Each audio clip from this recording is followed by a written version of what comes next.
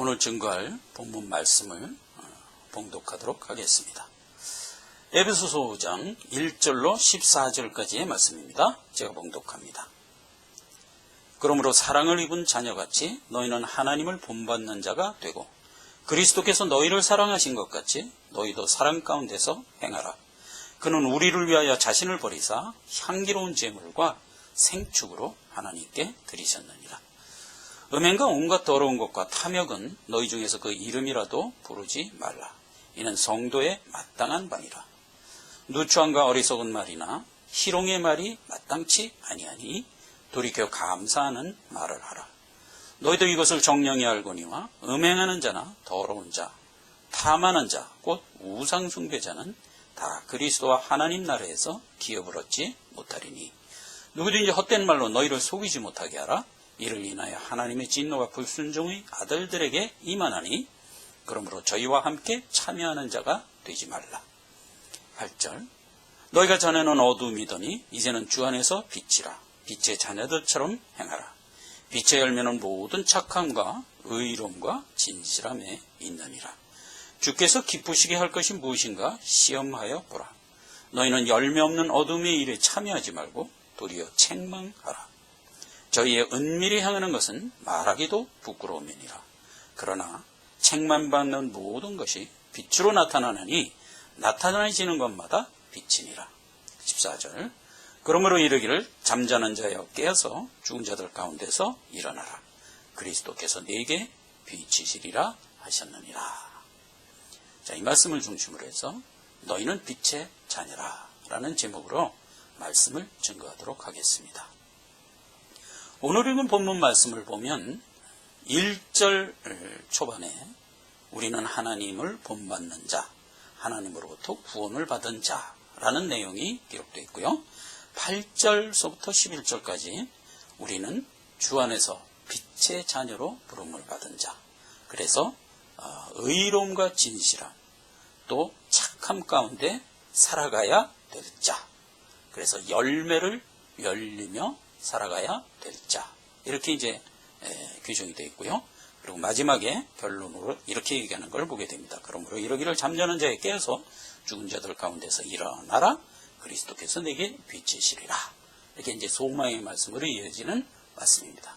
그런데 이제 이 말씀 가운데 사이사이에 이제 여기서 보면 3절에서 7절이라든가 12절에서 13절이라든가 이렇게 사이사이에 우리 가운데 아직도 함께 상존해 있는 죄된 성품에 대하여 언급을 하고 있는 것을 보게 됩니다. 이것은 마치 지난 시간에 우리가 육정을 버리자 육신의 더러운 성정들을 끊어버리라 라는 권면을 주시면서 그 사이사이에 너희는 성령의 인침을 받은 구원받은 자니라 하는 소망의 말씀을 끼워준 것과 맥을 같이 하는 스타일입니다.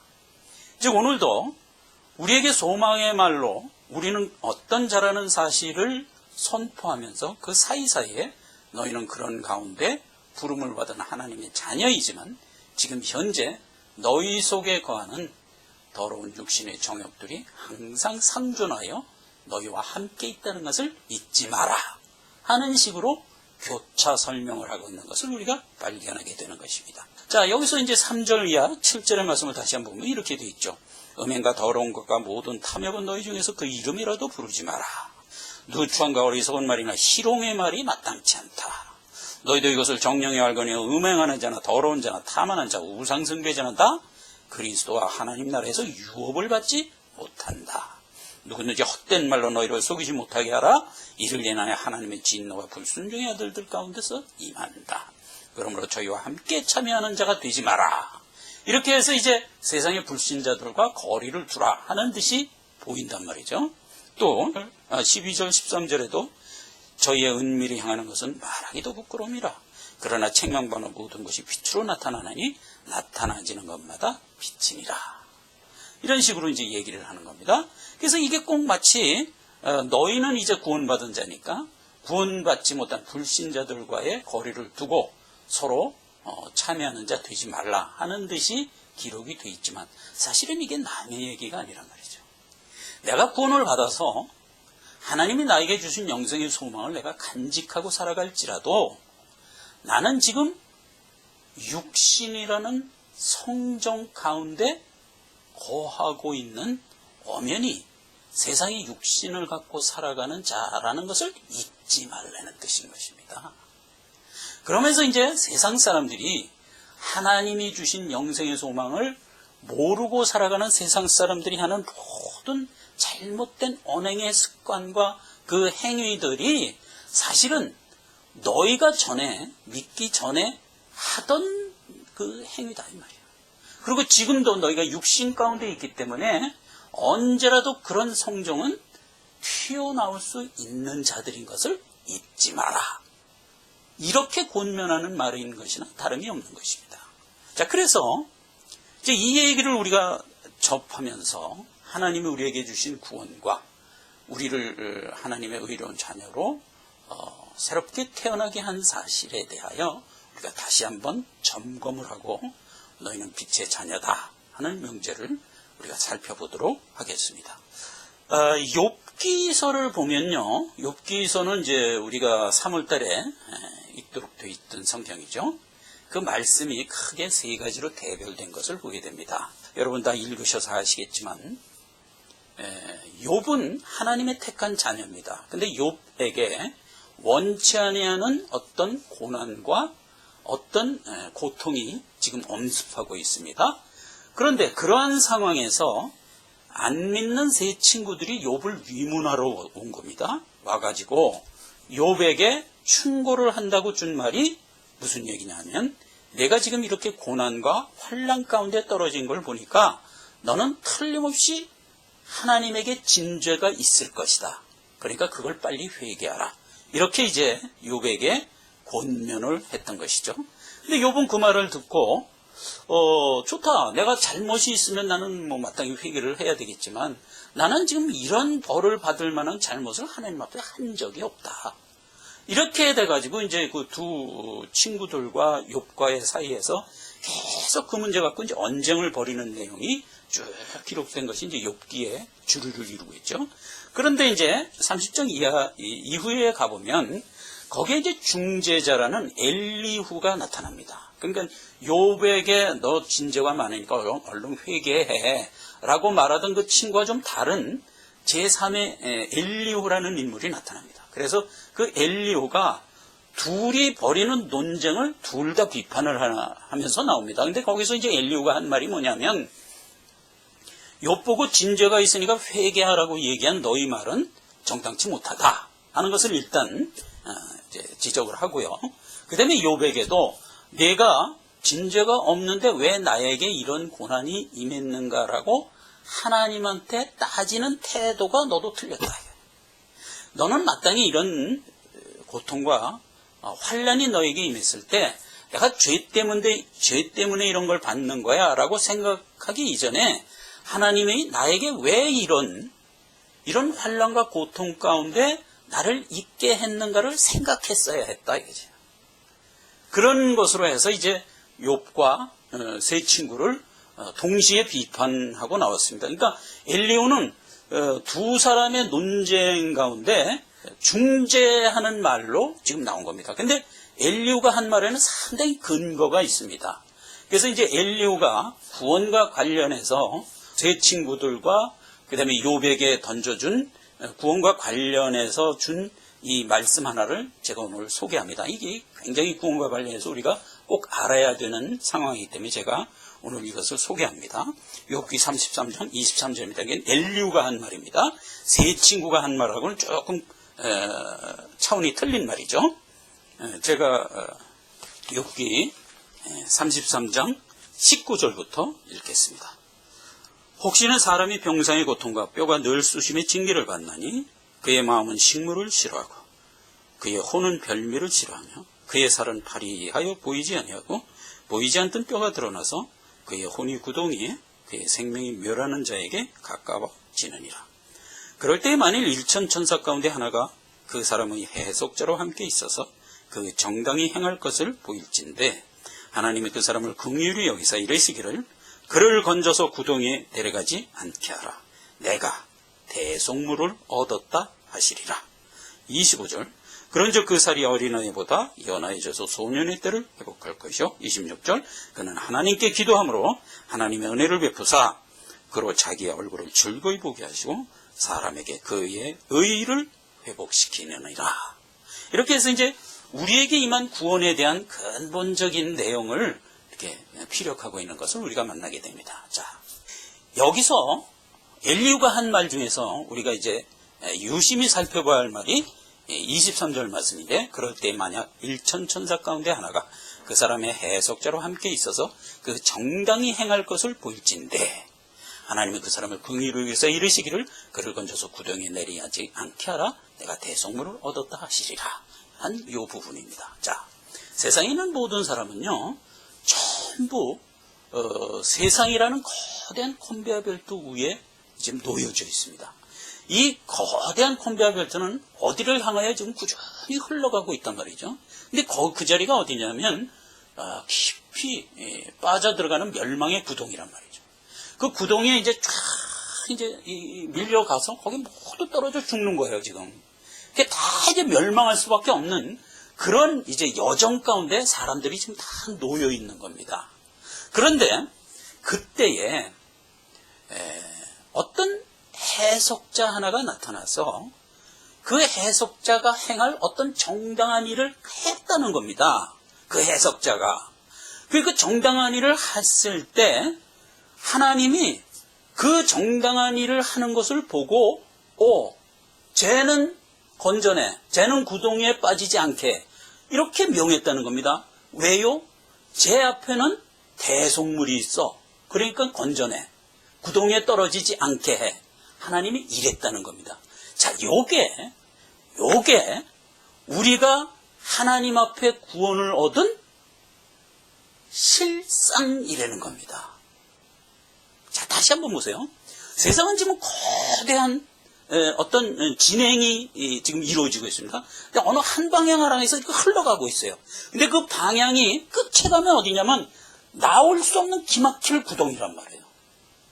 거기 빠지면 다 멸망하는 거예요. 그래서 그쪽을 향해서 쫙 가고 있는데 어떤 한 분이 일천천사 가운데 있는 어떤 한 분이 나타났다는 겁니다. 나타나서 그가 어떤 정당한 행위를 했다는 겁니다. 그 행위가 뭔지 몰라요.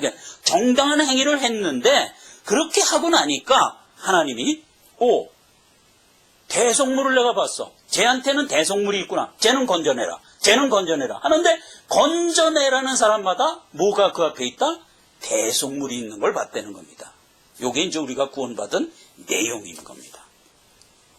자, 여기서 일천천사 가운데 한 사람의 해석자라는 요 해석자가 원어에는 루스라는 단어입니다. 근데 이 루스라는 단어는요 중보자라는 뜻입니다. 지금 해석자, 중보자라는 뜻인데 원래 이 루스라는 단어는요 그 발음 자체가 입술을 이렇게 삐죽 내물고 발음을 하는 그 모양 때문에 루스 이렇게 입술을 쭉 내물고 발음하는 그 모양 때문에 원래 이 루스라는 단어가 그 입모양에 의하여 무슨 뜻을 가지게 됐냐면 비웃다, 경멸하다라는 뜻을 원래 가지고 있습니다. 그래서 루스라는 단어는 그 입모양에 기인해서 경멸하다, 비웃다. 이게 입술을 쭉 내밀게 비웃는 모습 같잖아요. 그래서 이제 그런 뜻을 원래 가지고 있는 단어입니다.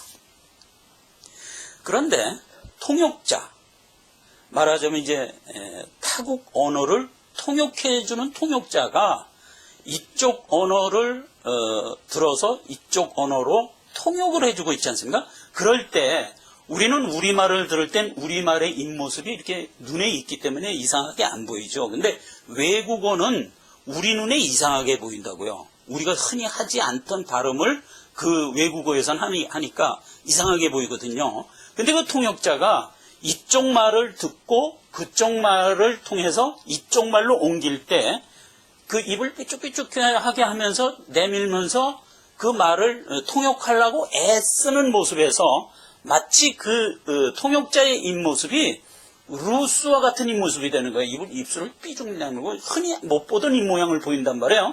그런 의미에서 이 루스라는 말이 아까 경멸하다 비웃다라는 의미를 갖게 된 것 같이 부가에서 어떤 뜻도 갖게 됐냐면 중보자, 해석자, 통역자라는 의미도 동시에 갖게 된 겁니다. 그래서 이제 이 루스라는 말은 그래서 통역자, 해석자라는 의미로 이제 성경에서 쓰이기 시작했단 말이에요.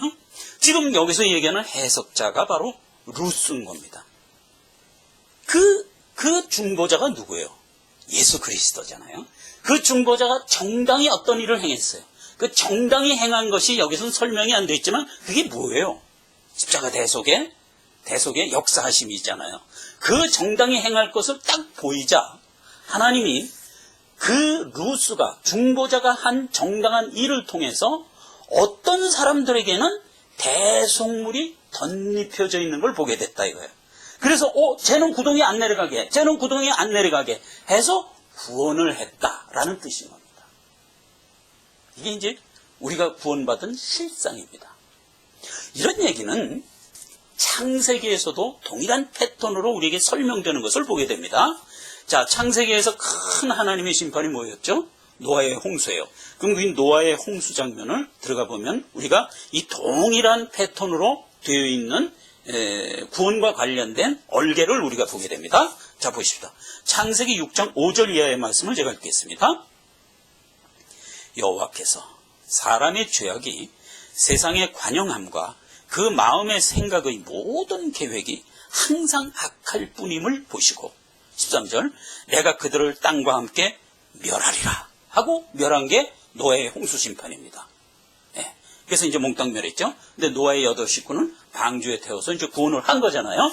이제 방주에서 구원을 해갖고 8장 이하에 보면 노아가 이제 구원을 완전히 받습니다.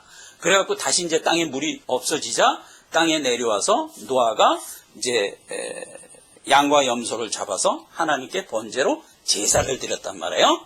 그리고 나서 하나님이 하신 말씀이 8장 21절 이하에 이렇게 기록된 것을 보게 됩니다.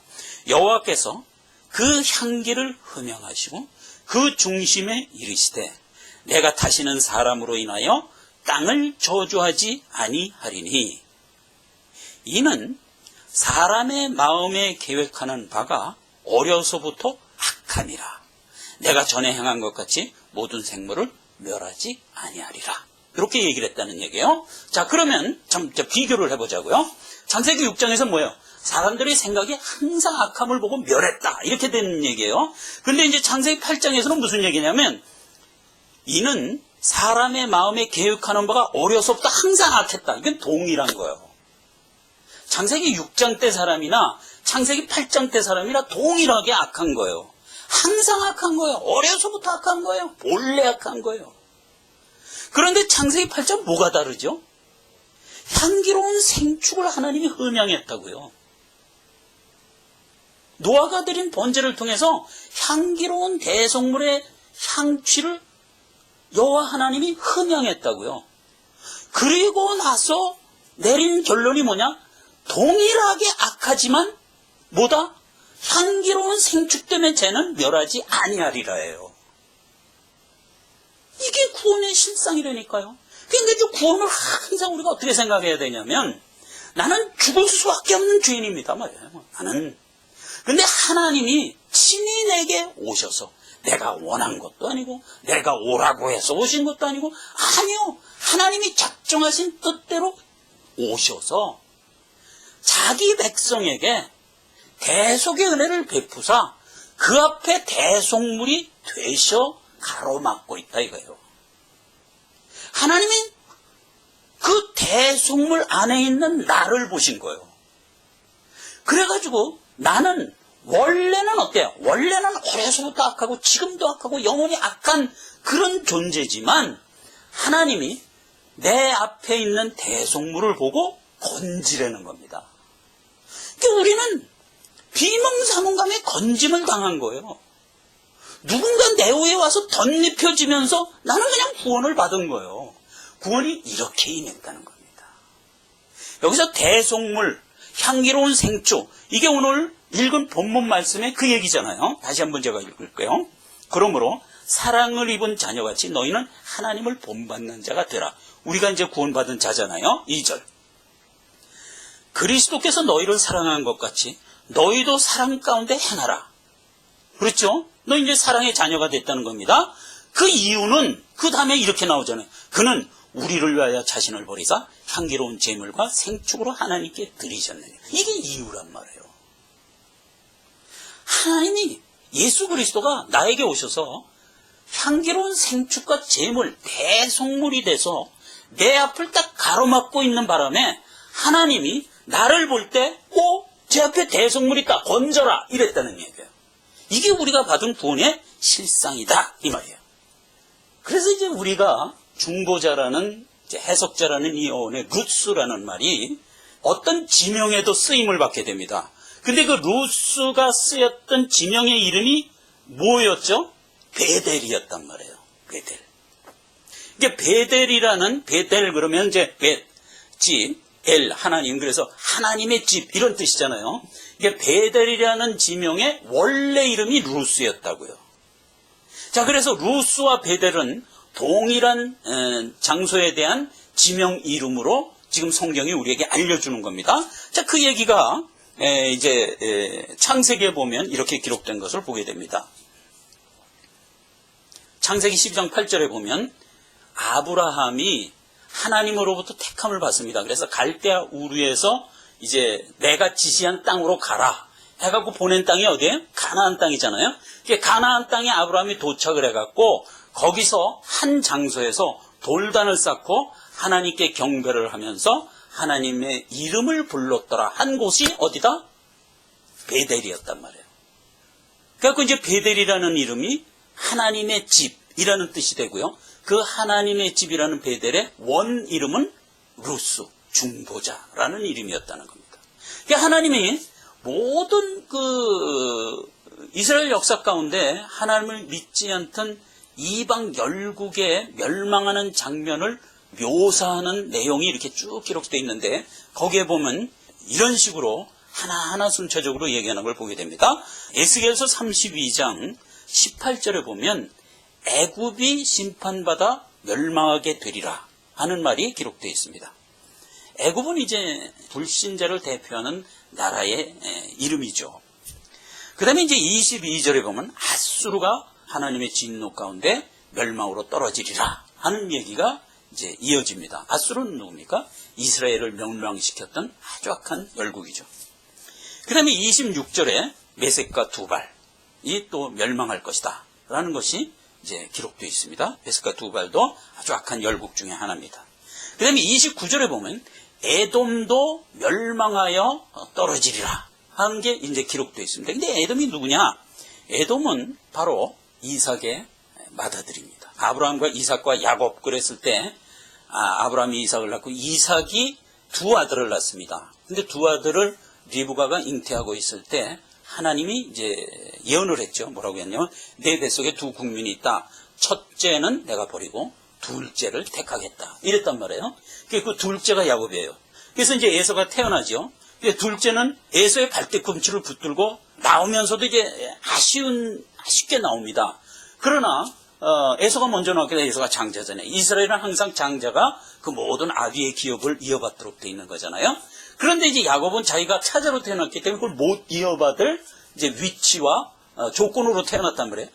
야곱이 그걸 못내 견딜 수가 없는 겁니다. 그래서 여러 방법으로 에서를 속여가지고 결국 에서가 가지고 있는 장자권을 빼앗고야 말지요.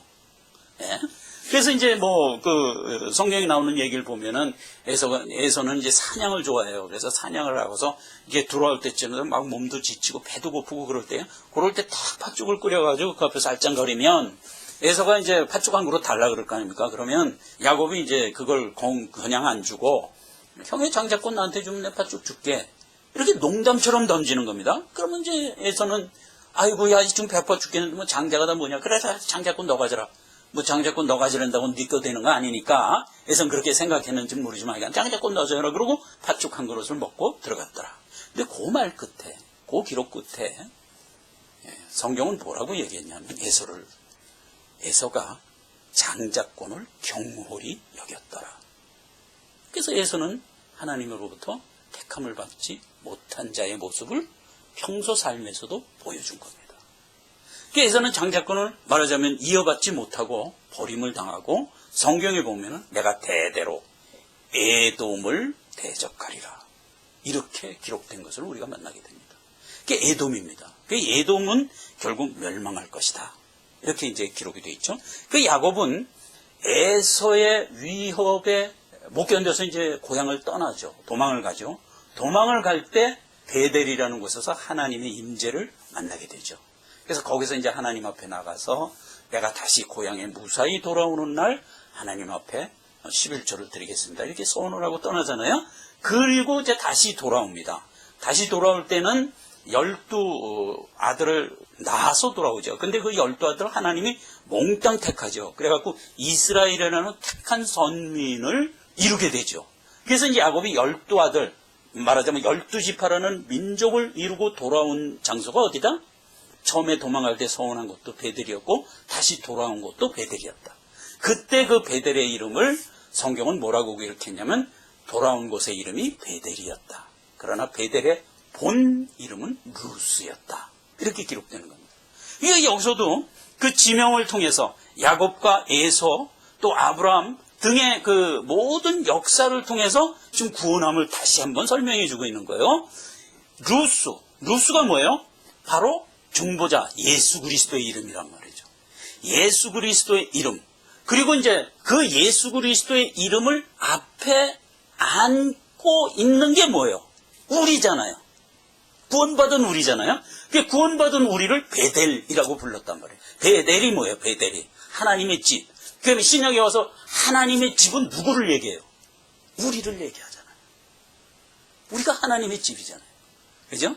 너희는 너희 안에 하나님의 성령이 거하는 하나님의 성전인 것을 알지 못하냐. 그래서 하나님이 거하는 집, 바로 베델이란 말이에요, 우리가.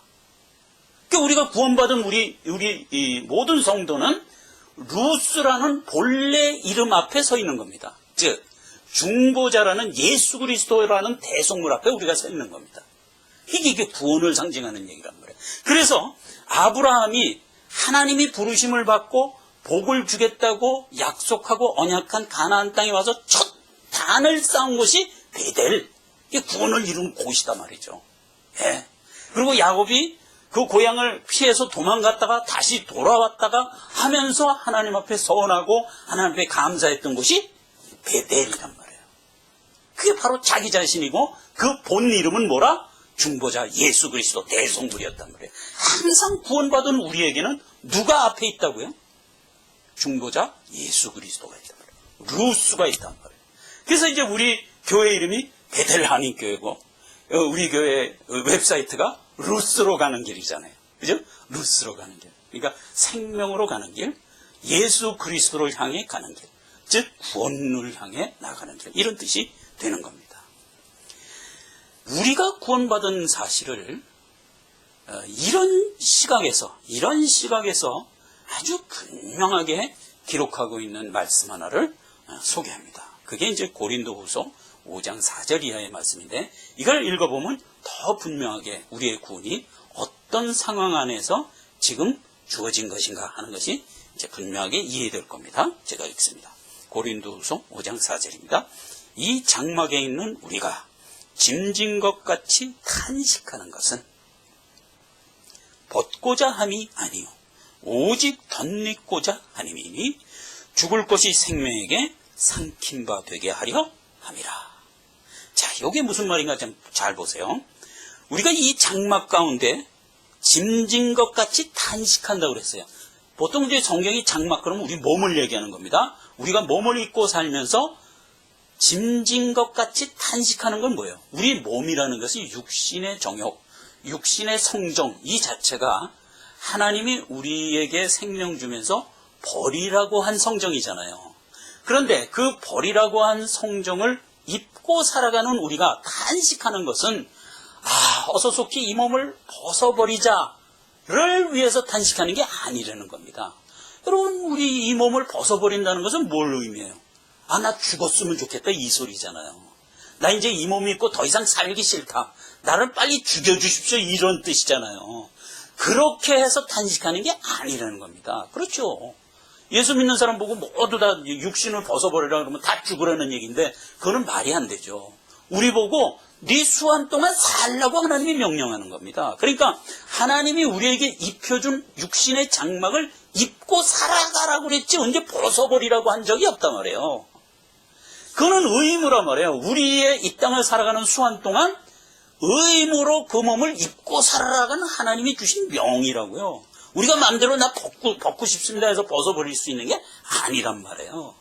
그렇죠? 그 얘기를 하는 거예요. 우리가 탄식하는 것은 우리의 육신의 성정 때문에 탄식하긴 하지만 그렇다고 해서 내 육신 빨리 벗어버리고 나 죽을래요 이 소리는 아니다는 거죠. 그럼 뭐냐? 여기서 그대로 답이 나오잖아요. 오직 덧입고자 함이네요. 그러니까 하나님이 우리에게 주신 은혜와 사랑의 성품을 이 육신의 몸 위에 덧입겠다는 겁니다. 같이 병전에 나갈 수밖에 없는 거예요. 우리가 받은 구원은 이 땅에서는 그 모습으로밖에 나갈 수가 없다니까요. 네. 덧입고자 함이란 말이에요. 그러니까 내가 하나님의 생명의 말씀을 덧입어서 하나님의 성정인 성품을 덧입게 되는 겁니다. 자, 그러면서 결론이 뭐예요? 그래 가지고 이 죽을 것이, 그러니까 육신의 성정이 덧입은 생명에게 삼킴받은 그날을 향하여 나간다 이거예요. 그러니까 이제 우리가 이 땅의 수완을 다 살고 나면 그때는 어떻게 돼요? 우리가 육신의 장막을 벗을 거잖아요. 그때는 뭐만 남는다? 하나님이 내게 덧입혀 주신 생명의 성품만 남게 된단 말이에요. 그 얘기란 말이에요 지금. 그러니까 우리가 구원받아 이 땅을 살아가는 모습을 이보다 더 확실하게 묘사한 문구가 없는 거예요. 다시 한번 읽어보자고요. 이 장막에는 우리가 짐진 것 같이 탄식하는 것은 벗고자 하는 게 아니라 덧입고자 함이라. 그렇게 해서 살다 보면 언젠가 때가 되면 우리의 수완이 끝나는 날이 되면 이 죽을 장막이 내가 덧입은 생명의 삼킨 바가 되는 그날을 향하여 나아가는 거다.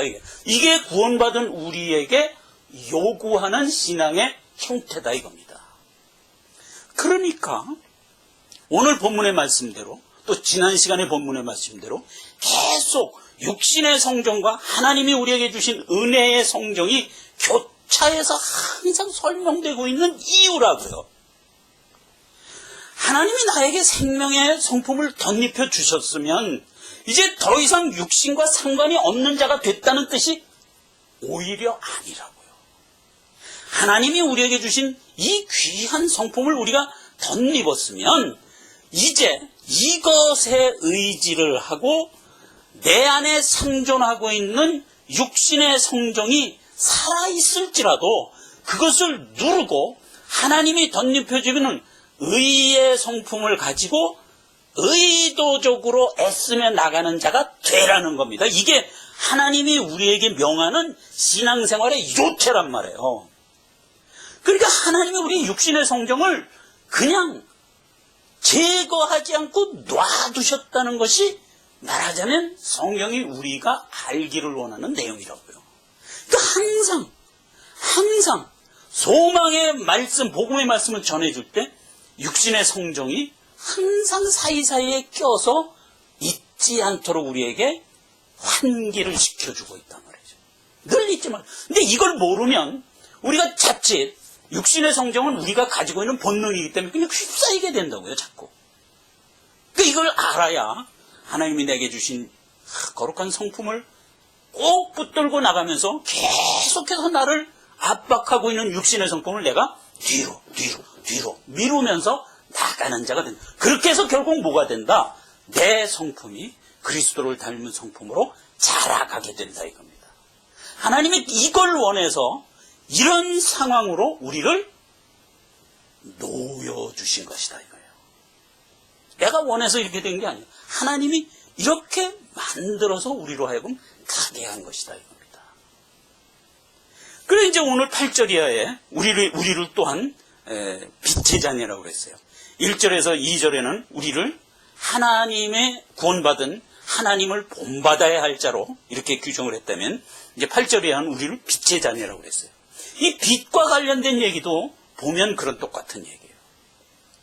요한복음 1장 1절 이하의 말씀을 보면 용어에 대한 것은 우리가 성경을 볼 때 항상 인식을 해야 됩니다. 거기에 보면 말씀, 빛, 예수 이게 다 동일한 언어인 것을 우리가 보게 됩니다. 태초에 말씀이 계시니라 그 말씀이 곧 하나님이시니라. 그래서 이제 말씀이 예수님이라는 것이 이제 거기서 정의가 되지 않습니까? 근데 그 말씀이 태초에 하나님과 함께 계셨으니 이 말씀은 곧 하나님이시니라. 그래서 말씀 하나님, 즉 성자 예수님도 하나님이었다 하는 것을 일단 규정하고 있습니다. 그러나 만물이 그로부터 지은 바를 되었으니 지은 것이 하나도 그가 없이는 된 것이 없느니라 해서 온 만물을 창조하신 창조주 하나님이 바로 예수 그리스도다 하는 것을 이제 규정을 하고 있습니다. 그리고 이어지는 말씀이 뭐냐면 그 안에 생명이 있었으니 그 생명 곧 세상의 빛이라 이렇게 정의를 하는 겁니다. 그러니까 자 여기서 우리가 알 수 있는 게 예수 그리스도가 누구냐? 말씀이었다. 말씀이 누구냐? 세상의 생명이었다. 그렇죠? 세상의 생명이 다른 말로 바꿔 말하면 빛이었다. 그래서 빛, 말씀, 예수 이게 다 동일한 동의어란 말이에요. 근데 왜 예수를 빛이라는 말로 얘기를 했냐? 그것은 세상과 대비하여 준 언어란 말이에요. 세상은 뭐예요? 빛이라는 예수 그리스도의 그런 아이덴티티를 놓고 볼 때는 세상은 어둠이요 흑암이란 말이에요. 그렇죠? 그러니까 그것과 대비되는 얘기란 말이에요. 그러니까 예수 그리스도가 빛이면 세상은 어두운 흑암이다.